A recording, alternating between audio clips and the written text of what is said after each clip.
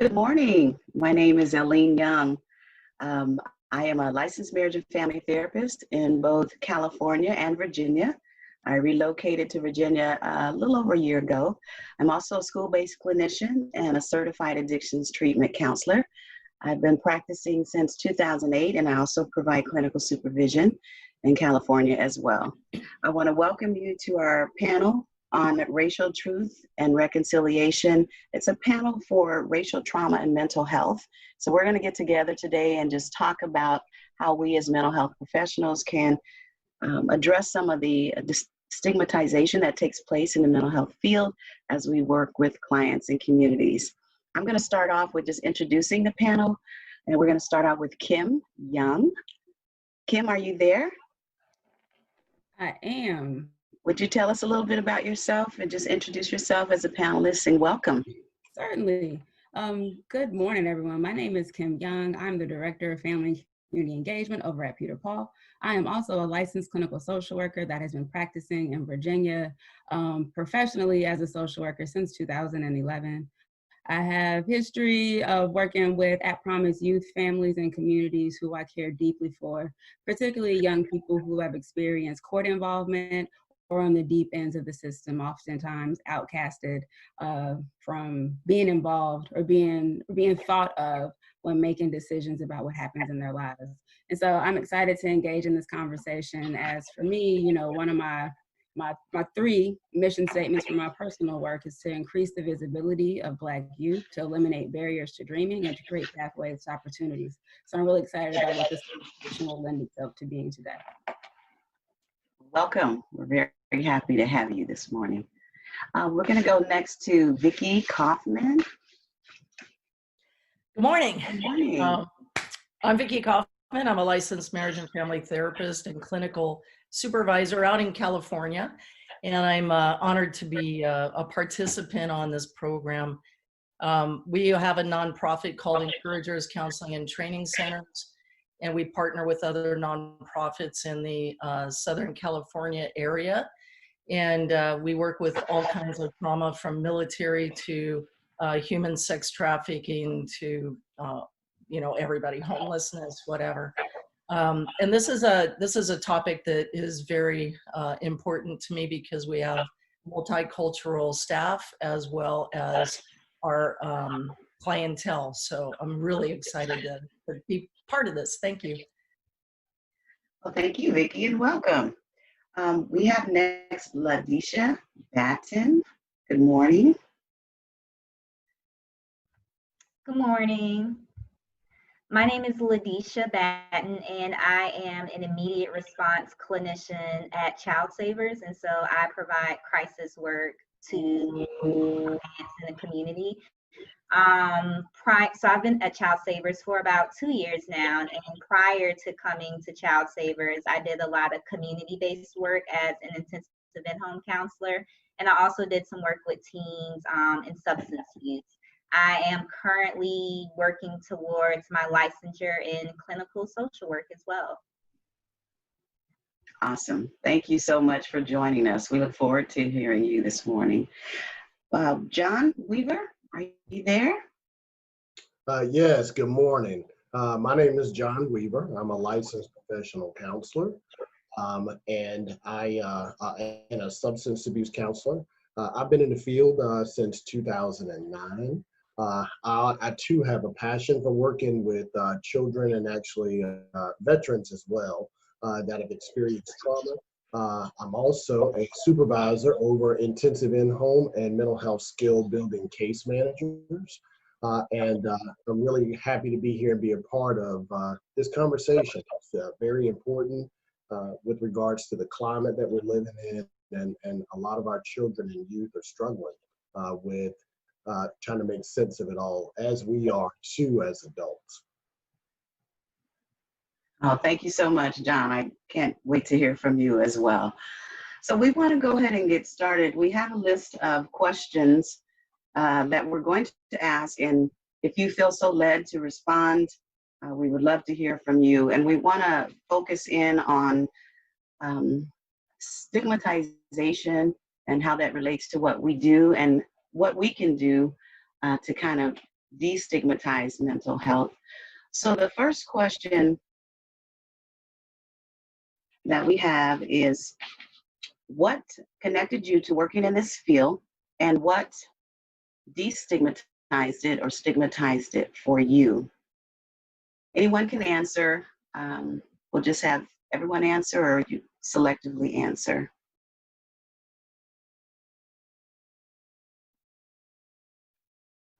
I'll start. Oh, okay. If you hit your reaction button and you raise your hand, we'll know that you want to answer, and then I can call on you. Can you hear me? Absolutely. Okay. So I was in law enforcement for 25 years before I got into mental health. And so I saw a lot of problems in the law enforcement side of things, and it drove me to go into mental health because there was a disconnect for me. And so the ability to bring both experiences together really helps me destigmatize the mental health to like the veterans and as a first responder. And so that's what brought me to the mental health field. Is there anyone else that wants to comment on what either destigmatized it or stigmatized it for you, and what you see in the area of stigmatization? Yes, well, I'll start with, I grew up with, my father was a U.S. Army veteran that suffered from PTSD. And so going through and living through the experiences as a child, being the son of a father that experienced that, I'd always had a passion to look back and use my experiences to help other children that have actually experienced living with somebody with trauma. During the course of my work in doing that, I became familiar with ACEs, adverse childhood experiences, and continuing to go through my studies, and actually as I worked with children, you know, it just became apparent about the information that needed to be provided to families to both support the veterans that were experiencing trauma, as well as the children who were actually living with someone that had experienced trauma. So then as my education continued and I learned more about ACEs, just the passion for working with kids that actually struggle with trauma themselves became a passion for me. And that's been over 15 years ago, and I haven't looked back.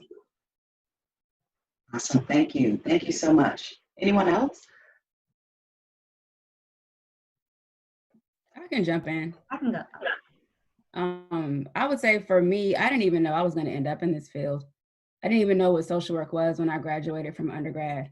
I found out about social work and just, you know, mental health, and just started to give names to things when I started working after graduating. And then I got in contact with people who were doing therapy, and I was like, hey, like, what'd you go to school for to do what you do? And so they were the ones who told me about social work programs. I'm originally from California. Like, I've heard people on the call say they either have connections or they're living there now. So I'm originally from California. And so the reason I ended up out here in Virginia was for VCU's social work program. And I've been here ever since. I have tried to go home, trust me. But Richmond has my heart. So I didn't even know what it was. And so when I think about just the stigma, it's just the idea that in my household, in my community, there were no words to describe mental health.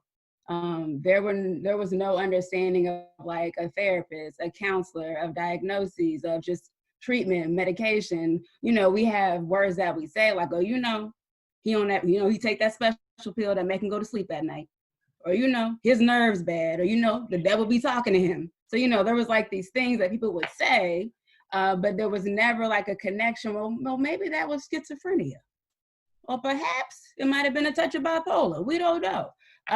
So I would say mental health for me, it was never necessarily stigmatized officially because it wasn't talked about. But as I have began my journey and my work and doing what I do, I've seen it become destigmatized with my generation and Generation Z, because it's a part of everyday talk. Like, me and my friends talk about going to our therapist or going to therapy. So it's like it's become a part of just how we have gone on to exist. Thank you, Kim. I agree with that. Ledisha, we haven't heard from you. Are you interested in chiming in on this one? Yeah, so I'm pretty new in the field. I feel like I've always, similar to Kim, I knew I wanted to be in a helping profession, but just wasn't sure what that looked like. And so I have a background in psychology as well as social work. And I knew that I wanted to, like I said, be a helper. And so I think about my own childhood, and, you know, I was fortunate to have that person, that safe person to process feelings with, to talk about traumatic experiences with. But I know that that's not everyone's case. And so as a children's therapist, I wanted to be that for children who didn't have that safe and consistent person to process things with. And then as a Black woman, I'm aware that mental health, it is a stigma in the Black community. And like Kim said, you know, it wasn't necessarily talked about. It was more so like, oh, you know, this person is this, or the sleeping pill and things like that. And so I'm hoping that in the field, I can use my platform to educate parents and other people who look like me on mental wellness, and just inspire others to invest in their own mental health and make it a part of everyday conversation. Thank you, Ledisha. On that same note, we want to talk about what connected you all to the mental health supports that you work with, and what destigmatized it for you with mental health supports. Or do you find that there's a struggle working with mental health supports in this area?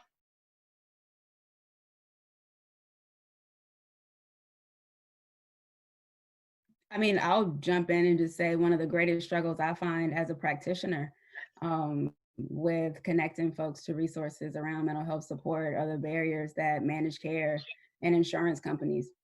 They limit access to who can receive quality services and therapy. And so, you know, you have your Medicaid funded services, but that already targets a certain group of people and truthfully puts them in a position to receive subpar services. And then you have individuals who can afford private pay, who can then pay for whatever quality or specialty type of services. But then you have those people in the middle who don't qualify for Medicaid, who can't afford private pay, who are oftentimes left out of getting access to the mental health that they need. And I find that a lot with my particular generation of millennials. We don't quite qualify for Medicaid, but we also can't afford to pay out of pocket, and insurance isn't fully covering to be able to receive mental health services. So I would say one of the biggest barriers are insurances and just the accessibility. I agree with that, absolutely. Anyone else have any comments on what connection you have to mental health supports and what either destigmatized it for you or where you experienced that stigmatization? I'd like to kind of piggyback on what Kim said, because that's why I created my nonprofit, Encouragers Counseling and Training, was because of the gap between, you know, when premiums went through the roof and co-pays got higher, and even having insurance worked against you, especially the people that didn't have the money. And then anybody that doesn't have insurance, they were being left to, you know, the sidelines. And so what I wanted to do was be able to bring the mental health services to the people that needed the most help, and weren't being even considered, because a lot of mental health practitioners decided to stop even using insurance and primarily went to cash pay. And so there was this big void of services, you know, that can you afford the services for private practice, or do you have the money to even pay, you know, to cover until you reach your deductible? And so there was this big gap. So, you know, thank you for recognizing that, Kim, and bringing that up. That was awesome. Thank you. If there's anyone else that wants to comment on this particular part of the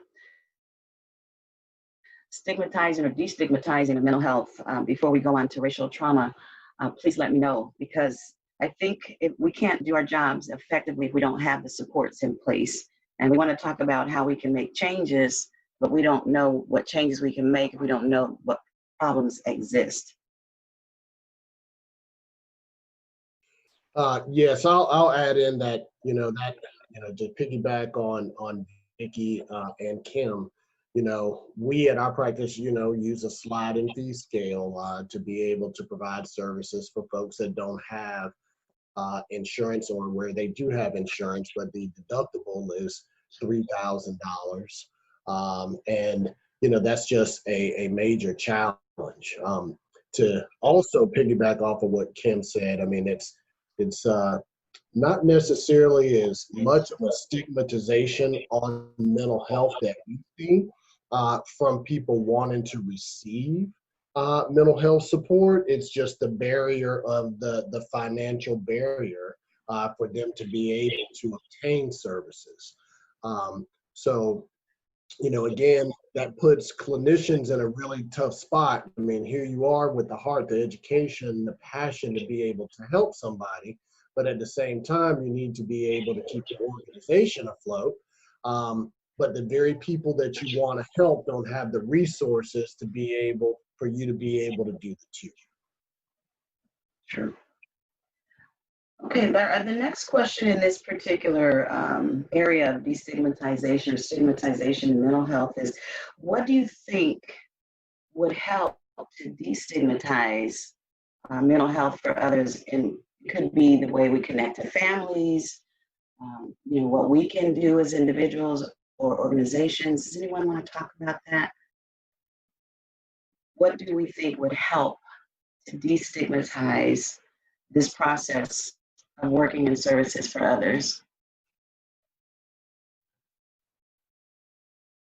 I'll lead off on that again too. All right. So, it's about information.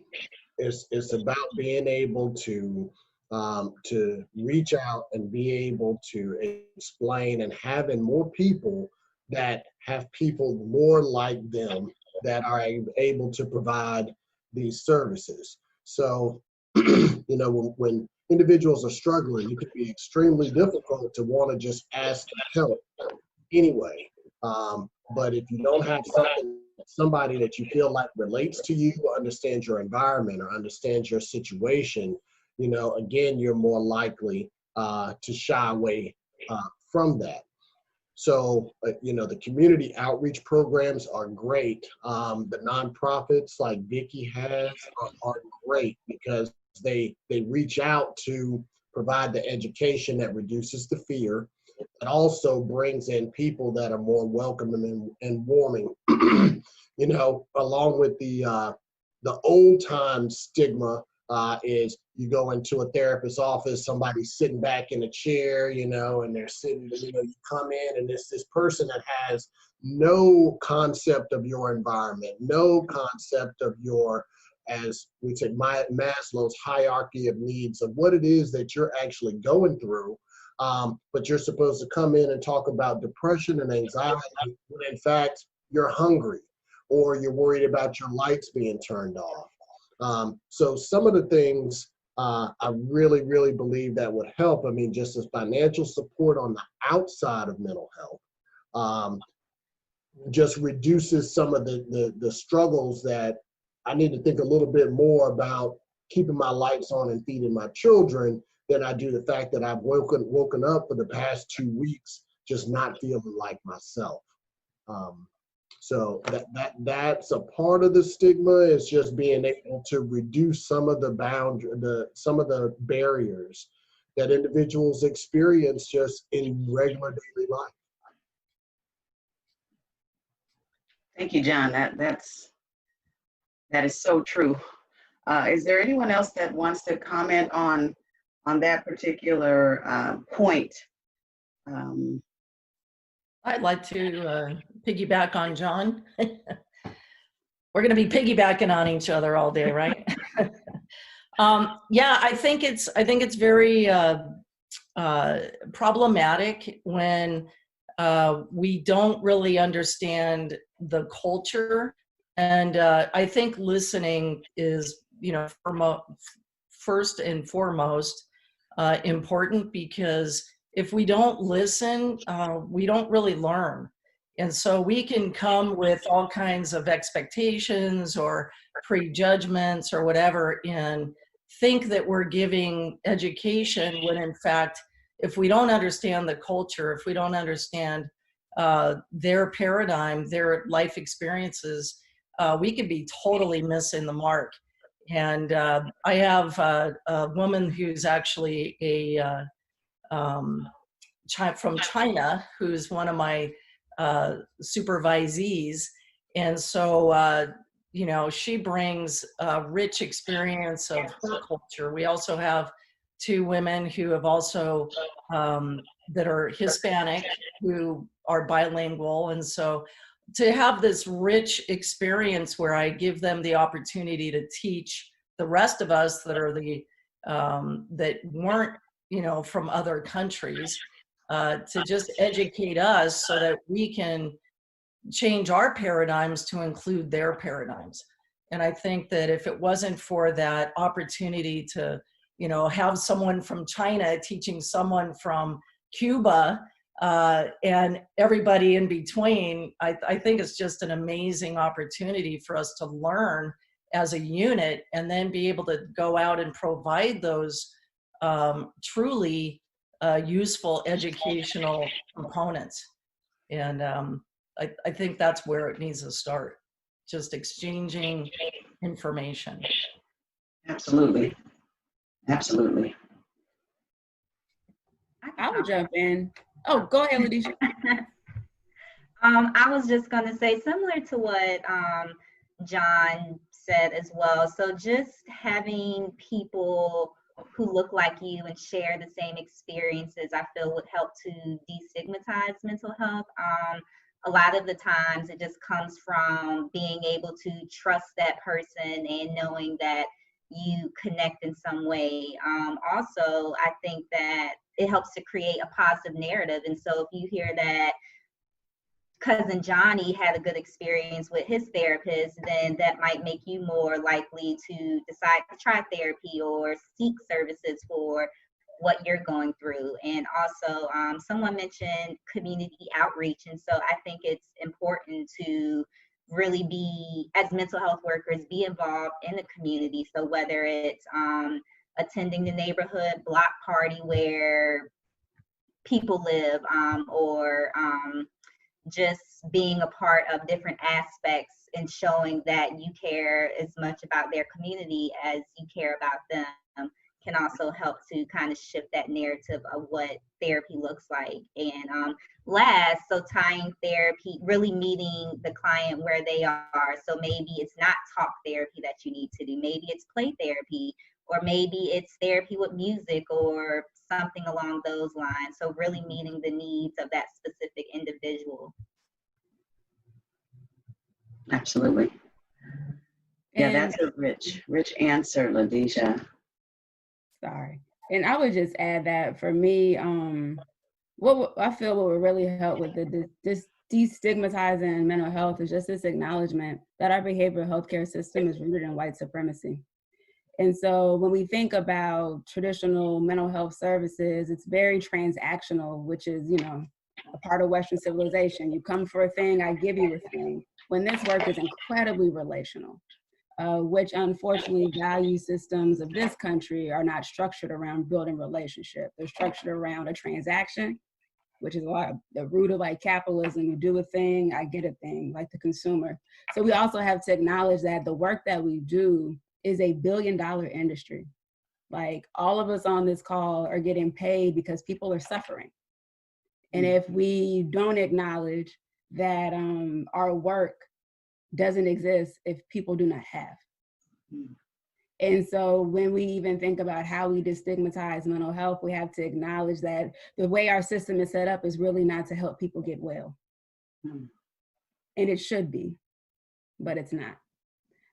So for me, it's everything is just intertwined. It's more than just having clinicians that look like people who are receiving services. It's more than just going in community and doing engagement. It's more than just having people on your staff that represent various cultures and ethnicities and way of living and way of life. We have to just acknowledge that our work is rooted in someone else suffering and someone else being in pain. And we have a system that's designed to keep people suffering so that we continue to have jobs. Thank you, Kim. I agree. I'm sorry. And to add on to what Kim is saying there, you know, one of the solutions that we see here in Richmond is being able to use folks in the community and actually get parents involved with providing the information. So if we pull more people from the community that understand the community and help to provide more education to those individuals, now you kind of bridge that gap. Now it's not a financial piece as much as it is, as Kim was saying, this is a relational transaction. It's about building therapeutic rapport with clients to be able to have clients express themselves freely enough so that you can understand the trauma. But it's ingrained in the whole household. It's ingrained in the system. It's ingrained in that community. And if you don't include that community, you can't just pop in and expect to provide services for someone, you know, that's experiencing mental health issues, mainly because it's already something that is not understood, and it's already something that has, in some areas, a negative light.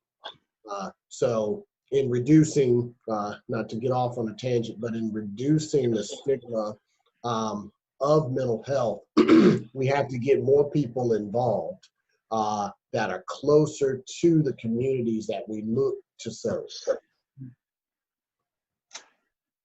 Yes, that's so true. And that kind of goes into the next question that we wanted to pose to the panel. What can we do to increase Black, Indigenous, people of color in the mental health field? Is there anything that we can do as individuals or at an agency level, at a community level, to increase that part of the workforce? And as we try to break down these barriers, is there anything that anyone wants to say about that? I can go. Oops, did I? Okay. Can everyone hear me? Yes. Okay. So I think that it's important to really have examples of Black, Indigenous, people of color in leadership positions. I think that oftentimes there's a fear of just not making any progress in the field, or being stuck because you don't see as many Black CEOs or Black clinical supervisors or Black directors. I'm honored to sit on this panel with a lot of individuals who are in those roles, and I admire that. But unfortunately, that's not always the case. And so I think that if agencies and people in the mental health field would put more people who are Black or Indigenous or just people in color in those positions, it'll make room for more intentional recruitment and recruitment and retention initiatives, as well as help to mentor the next generation of Black, Indigenous, and people of color into the field. Absolutely. Thank you, Ledisha. That's a great response. Anyone else? Yeah, well, and I feel like I'm talking too much. But it's I have a big passion about this. I mean, so before becoming a licensed professional counselor and before becoming a substance abuse counselor, I was an intensive in-home counselor and a mental health skill building counselor. And those two experiences of being able to be inside of the home and understand that environment were absolutely invaluable to my ability and my work as a licensed professional counselor. You know, it's having done my internship at at VCU, you know, it was one of the major things that we focused on there was to make sure that we had community experience. Without that community experience, it just becomes textbook. It becomes what it is that you learned about the DSM-5 or what type of techniques you learned. But when you have that experience of actually being in the home in those environments, it just is so much better because people won't relate to you, you know, until they understand how much you understand about them. And that in itself is probably one of the biggest barriers that we have is the limitations for qualified mental health professionals. It just gets tougher and tougher every single year for and just to be specific, sociology degree is one that was eliminated from the qualifications of being able to be a qualified mental health professional. The unfortunate piece on that is a lot of African American men, which we really need more of in our community, that could come up through the ranks and learn and have more education around providing therapy, have been eliminated from that particular step in the process. So, you know, again, it's to me, it's more of we have to try to equip and educate the people in the communities that we serve that can provide us, that can just, it can be a ladder to success to provide professional services, or like Vicky, where you start a nonprofit that targets that particular population. But that's what it is for me. I mean, it's how do we get more people and into the field at recruitment for mental health services. We have to stop putting up barriers to the people who want to provide the services. Absolutely. Can I add to that, Eleane? Absolutely. So, so you're right, John. One of the blessings that I got to experience was having a gentleman who was African American come to me as a client, and then 2 years later, I encouraged him to go into one of the service industries of mental health, and now he's actually an associate in social work. And so to be able to help him come from the criminal justice system to move towards now he's going to be a licensed clinical social worker one day, it's just one of those stories of success that, you know, I'm super proud about, but also that I'm so proud of him because of his journey and that destigmatizing, because he honestly came to me and said, what is a white girl gonna tell me, right? And he was a veteran, and so you know, it just was it was very, we've become great over the process of years of his transformation and then going to school, and now he's on his journey towards licensure. And so I think that we as clinicians, I don't think we think about that bridging as much as we could, that, you know, with all of our clients that we could, you know, recognize. I've had several of my clients who have written books because I've encouraged them to tell their story. And so I think that, you know, I would like to see more of us looking at that psychosocial side of things and showing them how they can rise above their circumstances and be encouraged and have, you know, hope for a future. And I'm very happy that we're able to improve where we are today from where we've been since the 60s and everything else. So, I see a lot of change, a lot of good change happening, but we're far from, where we need to be. Thank you, Vicki. That's a really good report to hear. Is there anyone else that wants to comment on this section before we make a little turn and start talking about racial trauma? There's a lot of trauma going on in the community. Black Lives Matter, we've got COVID-19, we have all of these traumatic things happening in our community. So we want to make a little turn, but before we do that, is there anyone that wanted to comment about increasing Black, Indigenous, people of color in the field and how, in ways that we can do that? Yeah, I'll jump in real quick. I think the first thing I'm going to say is this is expensive.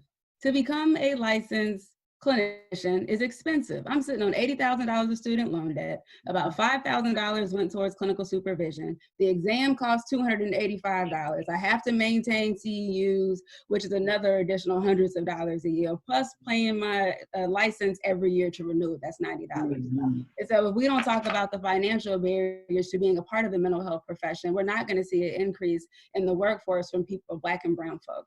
It is like, I can speak for social work. Over the years, social work has become incredibly professionalized and elitist. Just look at social work programs across the country. The average age of a social worker is like 46.5, a white woman.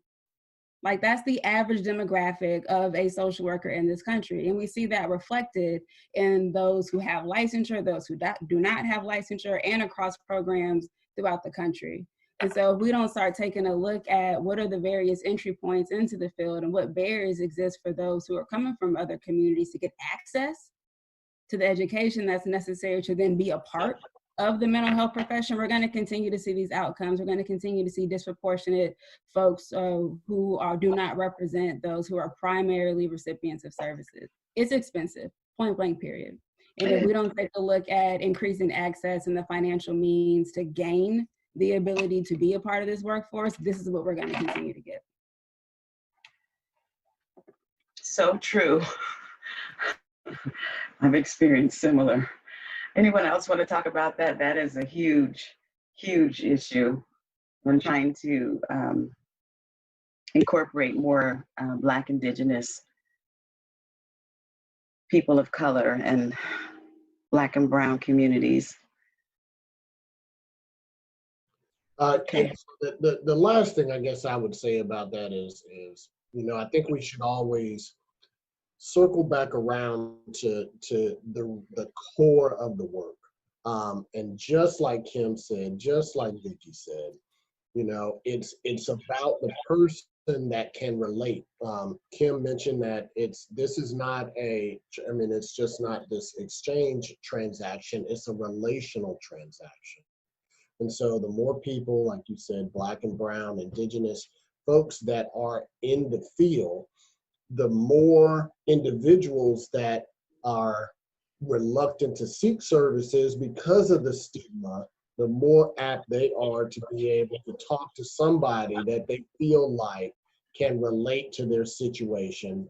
And Ledisha said it too, he looks like me. It's not only just, I think that he can understand me, it's also, look at where he is. He's in a position, somebody like me in a position to help somebody like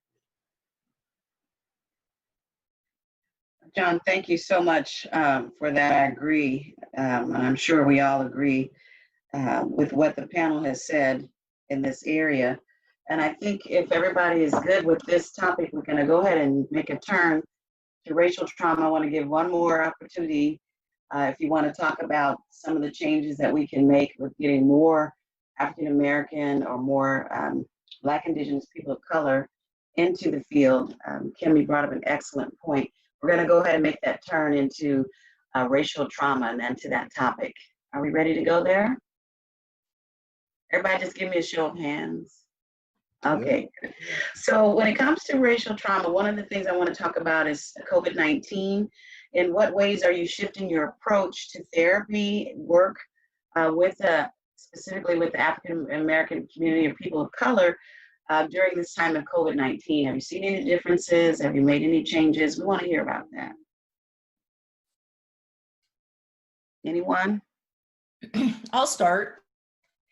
We primarily were a face-to-face organization, and so when COVID hit, we had to drastically change everything to telehealth, and now we've kind of returned to a hybrid of face-to-face as well as telehealth. And what I've found is that there's a lot of people out there that don't feel comfortable talking on the computer, and so they prefer to come to the office. They prefer to have that interaction, that social interaction. And I find that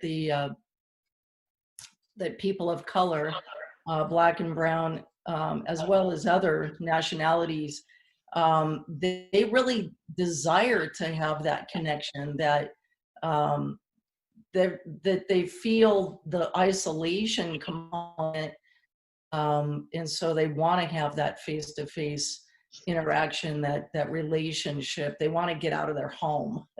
And so so that's why we've returned to a hybrid situation. I don't know if you guys are experiencing the same thing. Thank you, Vicki. Anybody else have been experiencing the same thing or have something they want to add about services during the COVID-19 very traumatic time in our community? I'll just add, I think what has been highlighted for me during this time is like how much we've been doing for people and not alongside people, which I think gives room for many of us who are on the end of providing services to really figure out how we're going to transfer information and power back into community and back into people so that they can do for self. Because then when we have incidents like this occur where we can't be, right, where we can't necessarily do work traditionally, folks still need to be able to maintain and live life. And so I think what has really kind of been lifted up for me during this time is how we have to make a shift away from doing for people and doing alongside and with people and transferring information and power back to people. Absolutely. Thank you, Kim. Anyone else want to add to that? Can I ask Kim to expound a little bit on that? Because I'm not really sure what that would look like in your experience. So in a lot of my work over at Peter Paul, we do a lot of engagement with families and community, and we take an approach where we only create and build things if the need has been voiced by the community. So we don't do a top down. So we don't say, here's the thing, and then you do the thing or come to the program. Because what we often find is when we create these opportunities and we sit back and get upset when nobody shows up, well, they never asked for it. And so when we saw COVID happen, we really we pivoted to respond to what community said they wanted and what they needed. And we did those things, like we put our resources in that area. And a lot of what we heard is families, especially around just the mental health piece and wellness, families want to know how to do for themselves. They want the information. I'm not saying that they're going to become licensed clinicians or be QMHPs, but they want information to be able to care for those in their household and their wellness and their community and their neighbors. And so it's not so much more about like them being with us and us just giving them information, but transferring it and then helping them apply it in their own settings in their lives without us there. So a lot of teaching and facilitation has happened since COVID, Vicki. A whole lot of teaching and facilitation and guiding has happened since COVID with community members. Thanks, Kim. Absolutely. Yeah, I can add a little bit from the outpatient perspective with that. So COVID-19 and as Vicki said, the transition from face-to-face to telehealth, takes a toll in many different areas that are generally overlooked. And that is, so, when we look at an outpatient therapy setting, that in itself in a lot of situations and should provide a safety space for individuals. Now, with a lot of the clients that I have, and trying to provide safety over telehealth is extremely difficult if you're talking about a four-person family home that's in a 2-bedroom apartment. Because the individual that's provided, that services are being provided to, where do they go to have that session? You know, and it's everything from the walls are thin. I mean, and you can see it in the disposition of the individuals that you are serving, that it's hard to open up because the safety space that was provided by the office does not exist in that home, Right. which makes the therapeutic process that much more difficult. The other piece of that is, I think that it's often overlooked, the space, the safety space, and really being able to remove yourself from an environment to be able to just have that moment where there's not that sense of hopelessness, helplessness, or let's look at whatever the triggers are in that particular environment for any particular depression or anxiety. Again, the telehealth environment is absolutely wonderful because we, you know, in an environment where you can't move, at least we can see each other face to face via video conference. We can have some words of encouragement, but it's taken its toll on the safety piece, which is what the whole outpatient therapy experience is about. Awesome. Anyone else want to talk about COVID-19 before we go and we want to transition into a conversation about the political climate? And have you shifted your practice or the way you interact with the community, with the trauma of the political climate right now and the Black Lives Matter movement and the protests and all of these things that we're seeing on television and in social media? Anyone want to talk about if you've changed the way you practice or do therapy in this climate? Let's talk about that for a few minutes.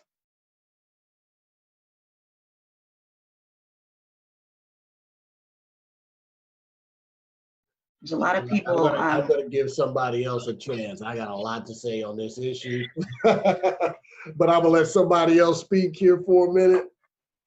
Yeah, this is a huge topic. So we wanted to kind of put it in the middle before we go into the topic of self-care. But I think this is one of the most difficult times to be a clinician. We've got two things going on that are very traumatic with the coronavirus and having to shut down and stay in. And then we've got the political climate in the midst of all of this. So I want to give you, the panel, an opportunity to talk about best practices and how you are approaching therapy during this highly political climate. I mean, I'll just share, I have not changed the way I practice or do therapy during these times because my practice was never about helping people adjust to oppression. It was never about helping my clients, in particular my young men, my Black and brown boys who I work with, adjust to oppression. Everything about my work was to affirm their experiences with racism. Everything about my work was to help them put the pieces together to then give name to their stress and anxiety and their trauma, which a lot of the times it was rooted in racism or some sort of oppression they were experiencing in their communities and schools or even their homes. So for me, my practice and my work has not changed during this time. I've just been affirmed that I have been doing something right for these last several years by not taking a stance on teaching people how to cope with oppression.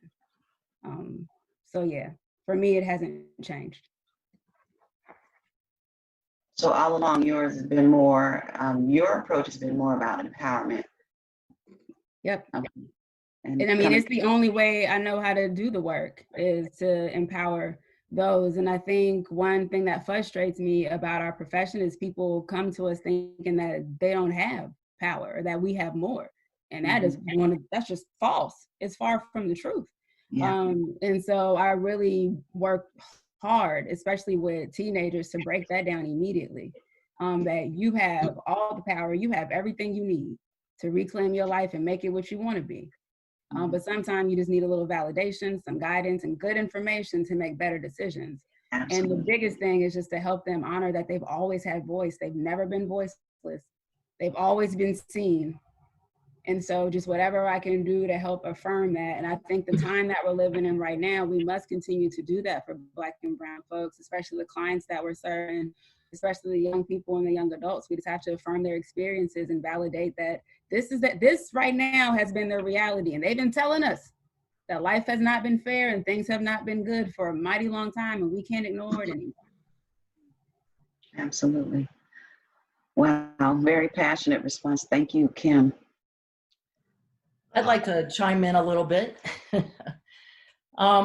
Because I have about 14 therapists that work for me, as well as students, associates, and licensed, plus clinical supervisors. I have to approach the political climate from two different perspectives. So I have to help my staff who are feeling the pressures of, the countertransference that occurs when you have a client who is in opposition to your own personal beliefs.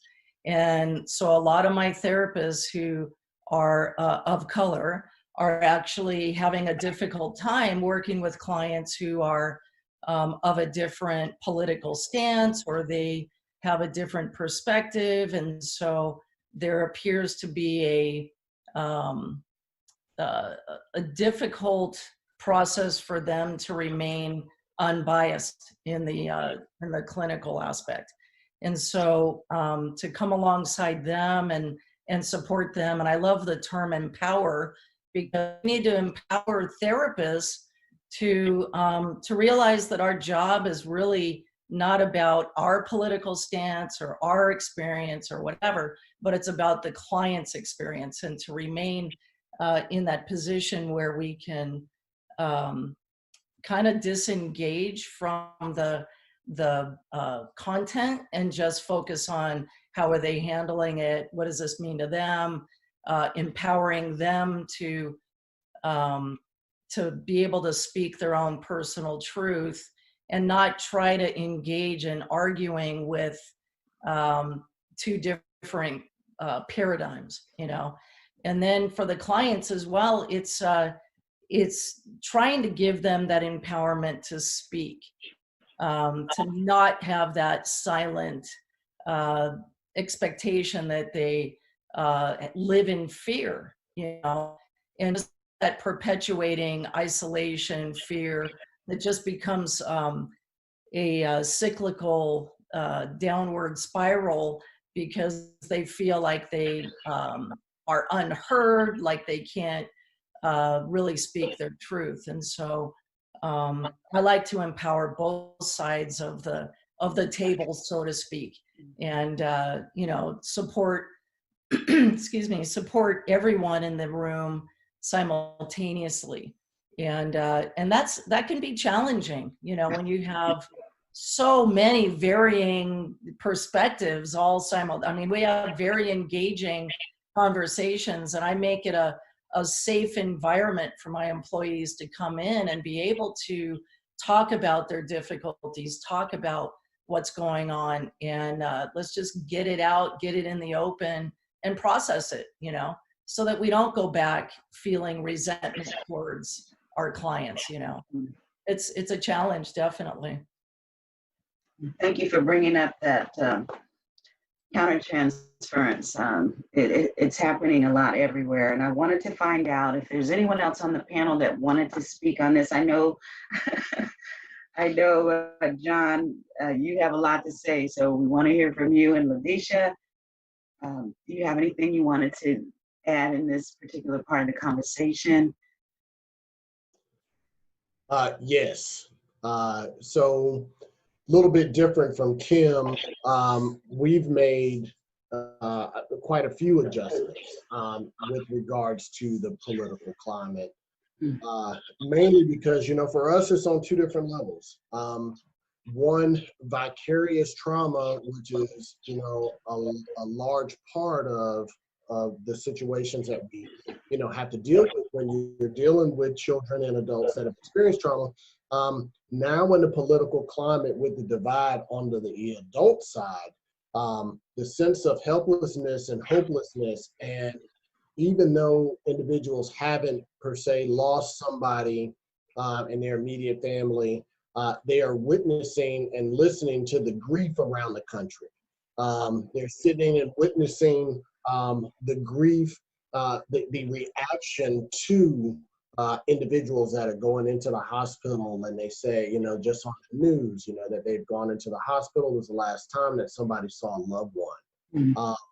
The amount of attention that I've had to pay, and this is the adjustment that had to be made, to just be sensitive to the vicarious trauma has been tremendous because of the media coverage and because of the political climate.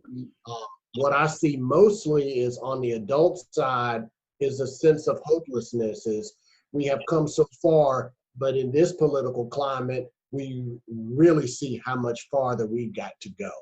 And under certain circumstances, parents are really concerned not only about their immediate needs that need to be met that aren't being met because of lack of a job or not being able to go out because of COVID-19, but also because they're worried about the future of this country and what's going to happen to their children and what type of opportunities that they can have. So that's an adjustment for me in an outpatient setting because, I'm already dealing with teaching you how to manage and cope with your PTSD symptoms, depression and anxiety. Now, on top of that, life just completely changed in this political climate.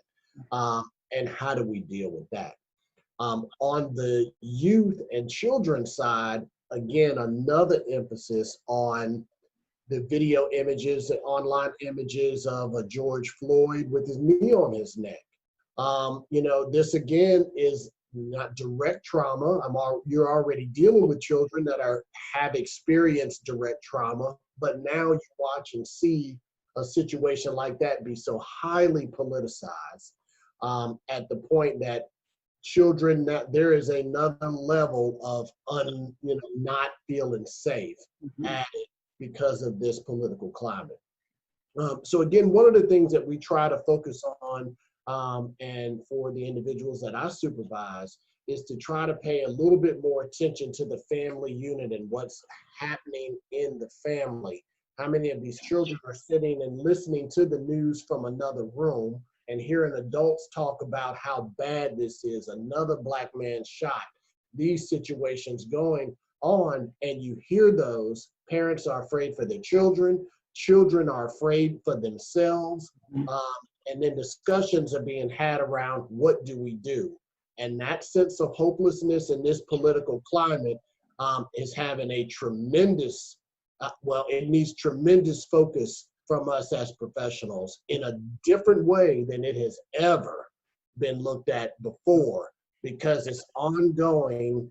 And without the election in November, I myself personally am seriously concerned as to where this country is going and what type of support our youth, our adults, our elderly, everyone can have. So that element of grief and understanding the grief process and being able to apply a grief model to your outpatient therapy is extremely important and a different shift that we make. Wow. Wow.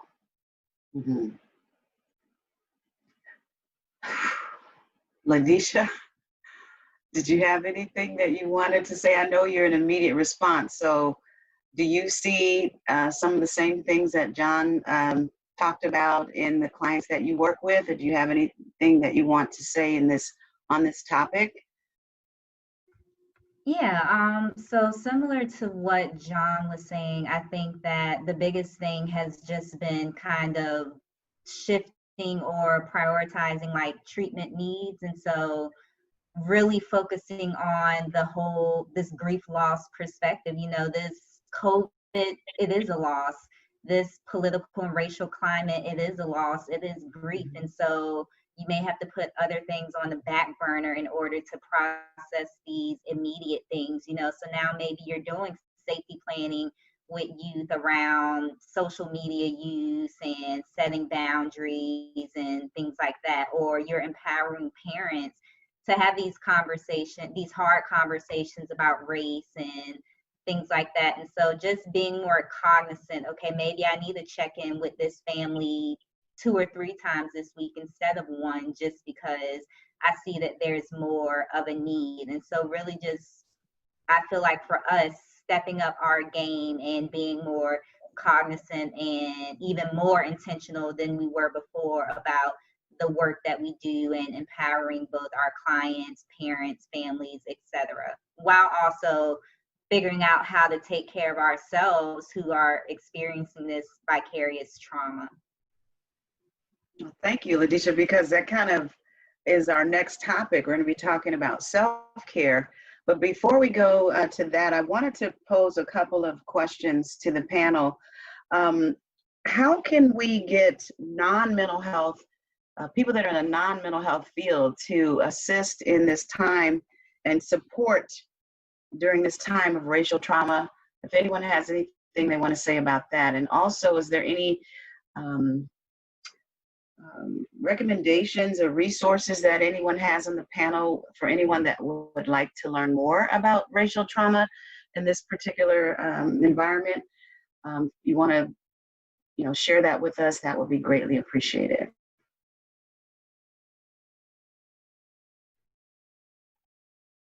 Anyone in the non-mental health field that how can they support during this time? And then are there any resources that anyone wanted to share that they may have? Yeah, I can share some resources. But in terms of how those who are just not in the non-mental health field, how they can support, I think we have to pay attention to just that, empathy is essential, but it's also endangered. So we need people to just start caring about people, however that looks. But we also have to be greater stewards and protectors, in particular of young folk, but people, when we're recognizing that folks just don't have the ability to care for people, don't bring them around. Don't encourage them to support if they can't do it. And so I think we just have to just acknowledge we just need more people to care about people. But if folks are having a hard time caring about people because they might be having a hard time caring about themselves, keep them away from people. And in terms of resources, Dr. Kenneth Hardy, he is one of my favorite folks to dig into the work around racial trauma. So Dr. Kenneth Hardy, he wrote the book, Why Teens Hurt. He also has a couple of articles that are available without access to an academic login around racial trauma and then healing the wounds of racial trauma, where he breaks down racial trauma into 3 areas in terms of the wounds that we all experience, in particular Black people, which is an assaulted sense of self, an internalized voicelessness, and an internalized devaluation. And so Dr. Kenneth Hardy, I lean on him heavy for being able to translate what racial trauma is to youth. Like that's where his work really is specializing in how we teach adults, especially Black adults who are in this field, because we have our own racial trauma, right? How we can then better work with and alongside young people and families who are experiencing it themselves. So that's Dr. Kenneth Hardy. Thank you. I'm gonna actually look that information up. I think it would be quite helpful. Anyone else want to respond to that? Either one of those points?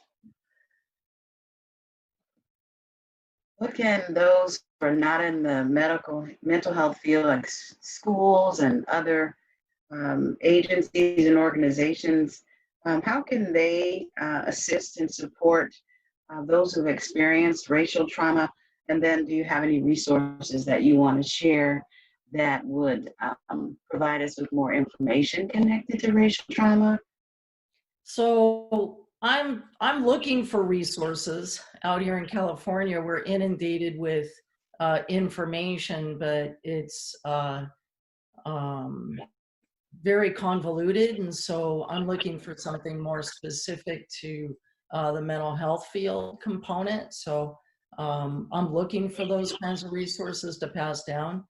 But as far as reaching out into the community, that's what my nonprofit does. And so we're very engaged in partnering with like homeless facilities or transitional housing for youth out of the foster care system.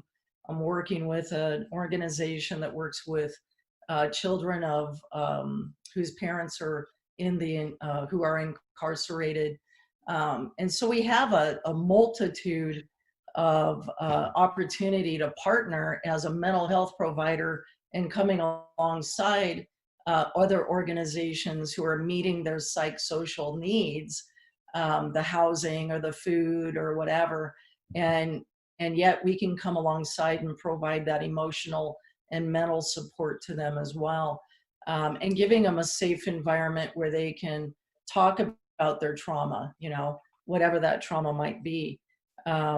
So I think that that's a very effective approach that working in private practice, you don't get that opportunity that much to engage in community unless you really make that a focus of what you're doing. So yeah, so I appreciate that. Excellent. I think it's important to be able to have those other organizations to come alongside to assist in this endeavor, especially during this time of where there's an abundance of racial trauma and, you know, all types of trauma in the midst of COVID-19. So if anyone else wants to chime in on this portion, we have one more portion and we're almost done with the panel. And thank you so much for your input and your patience. And that's going to be the topic of self-care. So before we transition to the topic of self-care, does anyone else have any other responses on the question that we just posed about non-mental health organizations supporting us during this time with racial trauma, or any resources?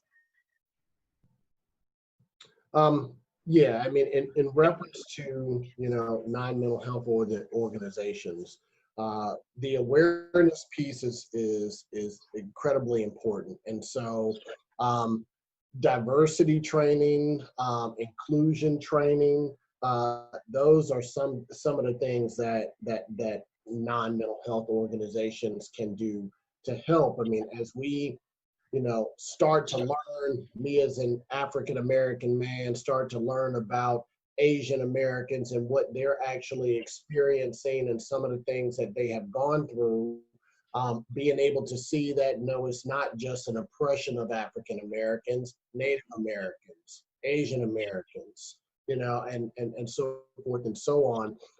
That particular type of diversity and inclusion training can go a long way to reduce the fact that, you know, reduce the stigma of mental health support, you know, as we're talking about. So that is something I think is extremely valuable, particularly to Vicky's point as well. When you start to hear that some of your white brothers have also experienced some of these, you're more apt as an African-American man to accept that a white man can probably help you.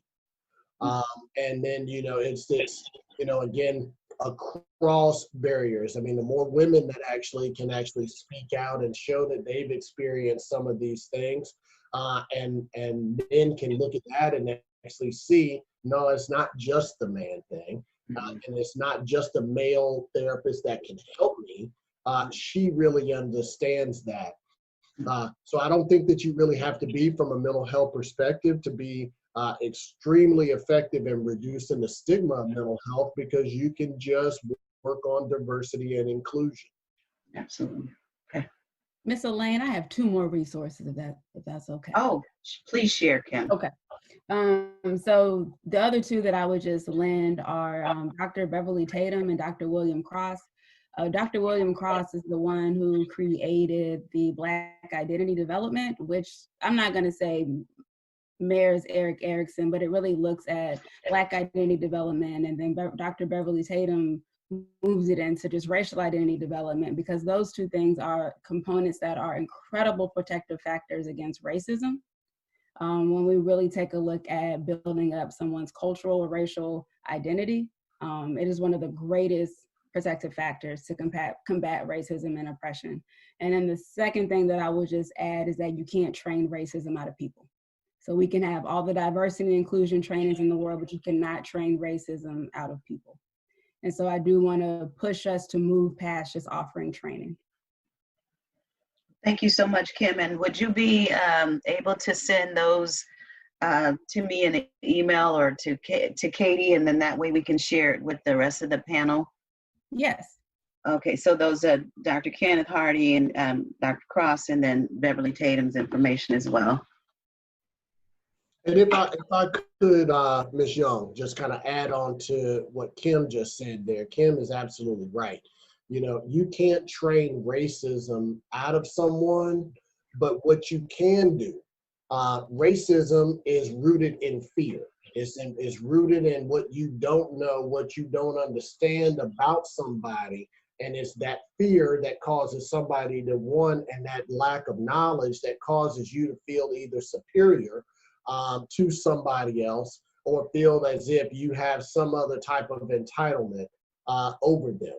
So the more that we are aware and we can interact, we can have diversity training and inclusion training, that in itself, one, you get to know somebody that you didn't know, which means you're less likely to be fearful of them because you know more. And if you know more, then you're less likely to feel, or you can kind of challenge within yourself these racist stereotypes or any type of symbolization that's over that, when you know that, you know, your friend Jim, who happens to be Asian American, you know, has all of the same issues that you have.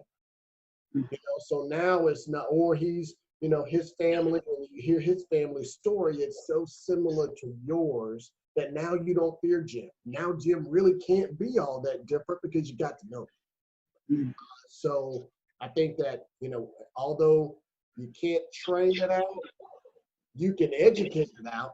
You can give it more awareness on the face of the fact that now you know more about somebody that you had a prejudice against or felt a certain kind of way because of stereotypes and symbolisms that you either learn or heard.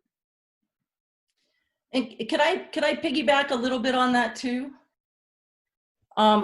So just like people of color don't want to have that stereotype, what I have found is that people who are white are also being stereotyped as racist because of our skin color. Without, you know, John said it so well, you don't know who the person is. I recently was called a racist because I asked, what is white privilege? I had never heard of it before. And so because I'm ignorant to a term that supposedly I should have known, I was called a racist, even though I am bicultural. So somebody does not know me, they're gonna look at me and they're gonna say, you're a white woman, without knowing my father was actually a Black German. So that kind of is what we're experiencing now, because we're being judged on our color. And I think it's very important that we not label people based on their color, no matter what your color is, and just realize that we're all people, we're all a melting pot in America. And so we need to realize that there are people who are biracial who might have light skin, and we need to just be a little bit more empathetic before we have a knee-jerk reaction to skin color. It just has brought so much division that really doesn't need to be there. Thank you, Vicki. I appreciate that comment and that view of looking at the way that we interact with one another, both as professionals and with our clients. The last thing I want to talk about, if there's anyone else, this is my last call for this particular subject before we go to self-care. I want to end the panel with self-care. Ledisha, did you have anything, or are we ready to go to self-care? We always want to hear from the immediate response team too, because it's important, because you are right there immediately when things happen, you're right there in the midst of it. We can move forward. Kim definitely provided some great resources that even I myself are going to look into. Yeah, absolutely. I'm going to do the same. Okay, so the last part of the panel, and we're coming down to the end, is about self-care. So the question is, what are you currently using to practice self-care in this climate of COVID-19 and the political climate? As the healthcare providers, we're already full of stress going in and dealing with other people's issues and helping other people walk through their stress. So we're taking on stress all the time. What could you give us as best practice, or what you're doing to practice self-care? And then we'll end the panel with that question. Who wants to go first? I'm sure we have some interesting perspectives. Self-care? I'll go. So I have unique ways of doing self-care. I have horses, and so I get out and spend some time. I'm also an equine psychotherapist, so I use horses in my practice as well. But I think that some of the skill set that we offer our clients is important that we give it to ourselves, that we do some mindfulness training on our own time, that we become our own best client, and take some of the advice that we give others in the profession. So awesome. I can go now. Ledisha? Yes. So I think one of the things that I really enjoy doing is journaling, just kind of reflecting and processing and reading different books and doing journaling. Also just spending time alone, being by myself, giving myself a chance to recharge and regroup. But what I'm learning is that I can't do these things or practice self-care effectively if I'm not giving myself grace and saying no. And so that's something that I've definitely been working on, just saying no and knowing that I don't have to take on everything, and just trying to find that balance and being okay with saying no or not being okay, so that I can practice self-care. It's, similar to the airplane reference that a lot of people use. You can't put someone else's mask on if you don't put your own mask on first. And so learning how to give myself grace and just saying no so that I can practice self-care. Awesome. Power of no. Kim, can we hear from you and John and on your practices for self-care? What are you doing, and what would you tell other clinicians and even the community how to take care of ourselves in this climate of COVID-19 and all this political unrest? Yeah, I mean, even to Ledisha's point, and even yours, how no is a complete sentence. And I think for Black women in particular, it is very difficult for us to hold a no, because we find ourselves in positions of being nurturers and caretakers for not just those in our households or within our family, but just in the communities that we touch and that we work with.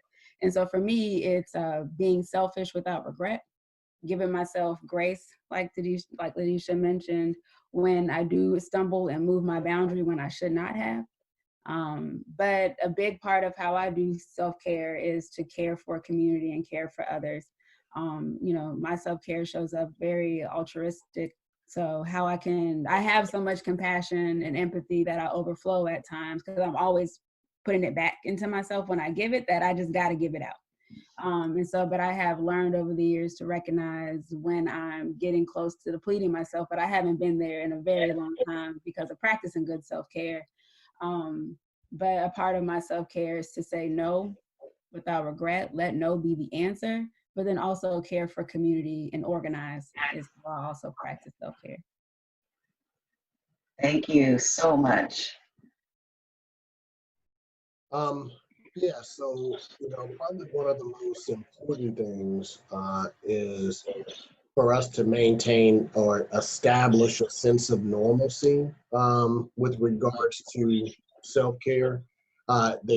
Even your most introverted introverts are human and are used to connection. And so we went from a pre-COVID situations where we have a lot of social connection, a lot of interaction with people. And probably one of the best self-care practices is to continue that particular connection. If grandma used to come over on, every other Saturday, grandma might not be able to come over, but every other Saturday, pick up the phone and call grandma and continue to establish that normalcy of your life during this time. The other piece is, for me, I'm a youth football basketball coach, and we'll have group team Zoom meetings. I miss my kids. And they're used to that connection. They're used to that interaction with each other. And even though we can't be in the same place, what we still can do is stay connected. So that's my biggest my biggest thing in reference to self-care, is the sense of normalcy and staying connected. We just need to stay connected at all costs. It's a tough time, and there is relief in knowing that somebody understands you, and we don't seem so far from normal when we stay connected with the people that we were connected with prior to the pandemic. Good advice. I like that sense of normalcy. So have we heard from everybody? I think we have, as far as it goes with the self-care. And I want to thank you all just for joining us today and just providing this wealth of information and compassion and passion for what you do. And we appreciate all you do for the clients and the community as it pertains to racial trauma and mental health. If there's anyone has a final word, if not, we're going to go ahead and end the panel. But again, I want to thank each and every one of you for joining us today. I feel like I have learned some things, and I appreciate the wealth that's here on this panel of knowledge and passion. Anyone else have any final words to say? I just feel blessed to be invited to this, and I just want to thank you very much, Eleane, for making this happen. You're welcome. We're It was so a pleasure meeting all of you. Oh, yes. Pleasure meeting everybody. This was really, really good. Really good. Kim, thank you. Vicki, Ledisha, and John. Thank you all just for being with us today. This panel would not have been the same without you. Go in peace and have a great day. And thank you so much for your input. Bye now. Thank you.